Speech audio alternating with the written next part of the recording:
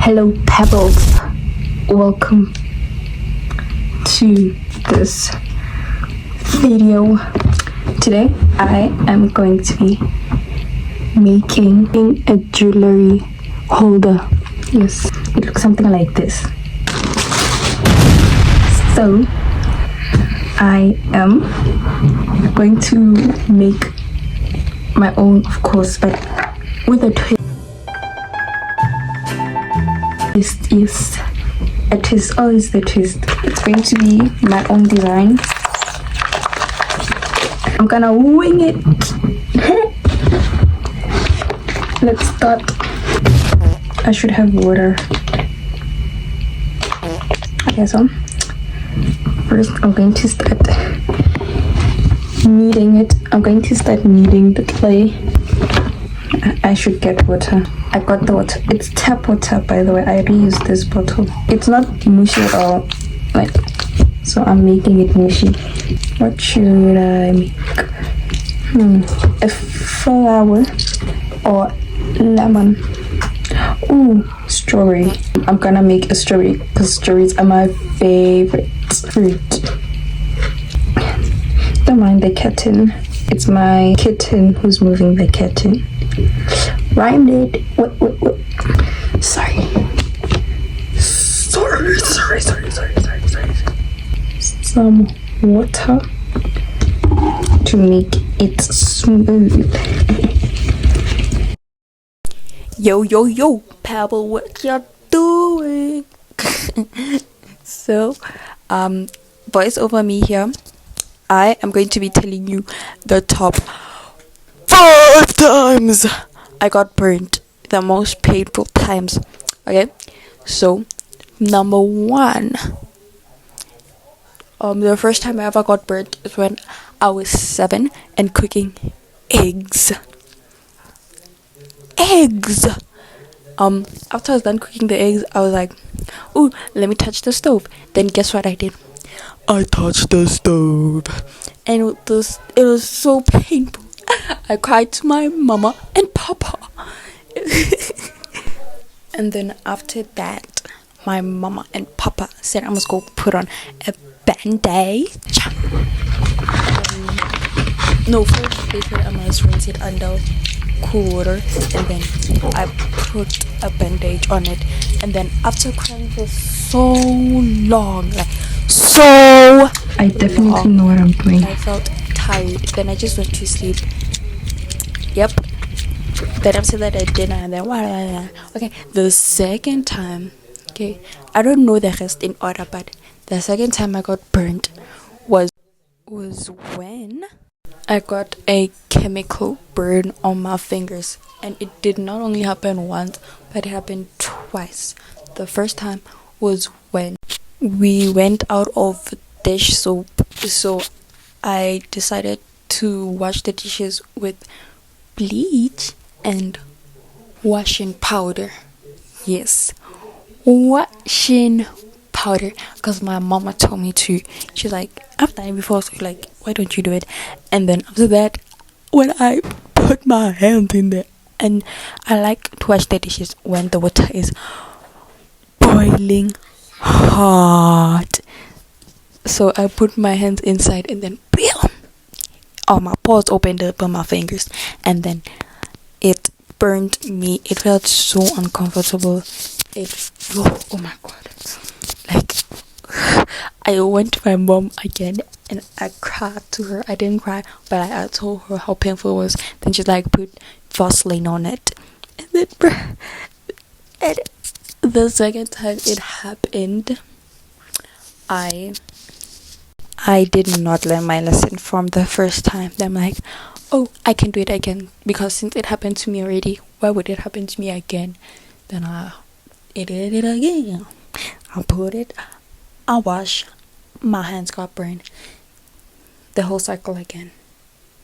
Then yep, I know how painful that sounds, but let's go to okay. Now the third time I got burned was when I was it was in the morning. It was cold, very cold, like ice age. And then we were going to school. Then I put boiling hot water for my hot water bottle. And then when I put it in, I burnt myself. It took a whole 30 minutes to do all the base. A water bottle. I poured it. Now it's time to do the long thing. My hands. And it was so painful. I didn't even tell my mom because I just went to school like that, and then it was so painful. And it was cold. The rest of the day was such a hail that I cried. And then it lasted for like 4 more days. After that, I just felt fine. Okay. Yep. I don't know how I keep on getting bent like this, but it happens. Now, the first time I got burnt was when it recently happened. It was when I was making chips, okay, or as you Americans call it, French fries. When I was making the chips, okay, I put them inside. It was fine. I let them fry, and then after that, when I was taking them out, it took like a big chunk of chips out of the pot. And then when I was like, when you take them out and then you start rinsing the oil off, when I was rinsing the oil off, I dropped all the chips, and then bam, it splashed on my hand. And then I was like, oh, it's not painful. Then when I started searching on Google how to remove it fast, it started burning. I felt like crying. My head was shaking. My whole body was trembling. It felt like I could collapse. And then, of course, I told my mom, as always. Then she was like, rinse it with cool water. So I did. And then she said I must put Vaseline on it. So I did. Then it did not feel better, but it felt better, you know what I mean? Then I want to sleep with it. And in the morning I felt okay. I'm like, why do you feel okay? Why do you feel okay? Because I wanted an excuse to not go to school the next day, but my hand felt okay. So I went to school. I showed my friends. They're like, oh my god, what happened? And then and then for like 2 weeks it started peeling off by itself. It started healing. Then now it looks better, but you can see a little bit of burnt, but it's fine. It's not that noticeable. Okay, now the last and final time I got burnt, okay, was when it was when I was using the hot glue gun for the first time, and I didn't know how to use it. So I was making the project, and then I touched it because I saw people online touching it, and then so painful. I got a burn. I don't know which degree, but the lowest one you can take off. And that's all I can remember about my burning stories.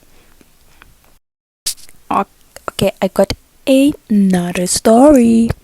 So there was a time me and my sister, we used to watch cartoons a lot. Like, when I say a lot, you don't know how, like, what we mean, a lot. Okay, and then we saw that they always had homemade swings here with the wheel and stuff. So we were like, ooh, let's make it. Then we asked my mom for the stuff. We took a rope, we hung it on the washing line. I don't know how to explain how it looked, but you could hang a swing, and then we put a plank on it also. Then I was swinging and swinging, okay? Then technical difficulties happened. Yes. After that, I got a scar. I still have it now. Let me show you a picture of the scar that I still have. It's still visible, as you guys can see. Yes, I got this scar from a homemade swing. Then I of course told my mom, and she was like, "Oh my god, what did you guys do?" And then she took down the slide. Then we didn't have a slide at all. Then she put you see that thing when you put on wounds and it's so painful. She put that thing on my hand, and then she put a bandage. Oh, what a klutz I was. Let me think of another story again. Well, I cannot think of another story, but let me read you an AI story and you guys will rate it out of 10 to see if AI can write a story or not. The library wasn't there yesterday. It was a quiet Sunday morning when 14-year-old Amria walked past the old bakery on Maple Street, except the bakery wasn't there. In its place stood a tall, black-bricked building with golden letters that shimmered in the sunlight. Curiosity tugged on her. She pushed open the door. Inside, the air smelled of paper and rain. A friendly old man with silver eyes looked up from behind the desk. "Welcome," he said. "You're right on time." "Time for what?" Amira asked. He handed her a small book, blank pages, soft cover. "For your story, of course. Everyone's story starts here." She flipped it open. Words began to appear by themselves. Amira walked into a library that appeared out of nowhere. She froze. The book was writing her life, word for word. "Can I change what it says?" she whispered. The old man smiled. "Only if you are brave enough to write it yourself." Amira took the pen beside the book. Her hands shook, but she began to write. The letters glowed gold. The floor rumbled. The library shifted around her like it was alive. When she looked up, the old man was gone, and she was standing in the middle of a forest under a sky full of floating stars. Her story had begun. Amira stood under the glowing sky, clutching her book. The stars above her weren't stars at all. They were pages, thousands of them drifting slowly through the air. Each one whispered faint voices as it floated by. She caught one. It shimmered, showing a boy trapped inside a mirror, pounding on the glass. Another page showed a girl flying above a city made of smoke. "What is this place?" Amira breathed. Sorry. A soft voice answered behind her. "The forest of forgotten pages," said a boy about her age, stepping out from the shadows. His eyes were the same silver as the librarian. "Stories that were never finished or never told." Amira frowned. "You mean people who stopped writing?" I am about to speak real life me, so voice over me gone for like a few seconds. I'm now done. Okay. I'm going to let this dry and I'll come back when I paint it.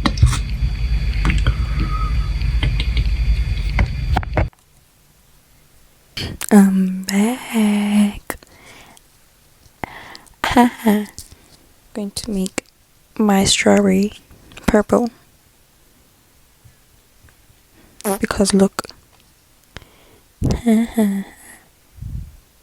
Oh, I forgot to say, it's time to paint this. Okay, let's continue. He nodded. When someone gives up on their story, it ends up here. And if they forget it long enough.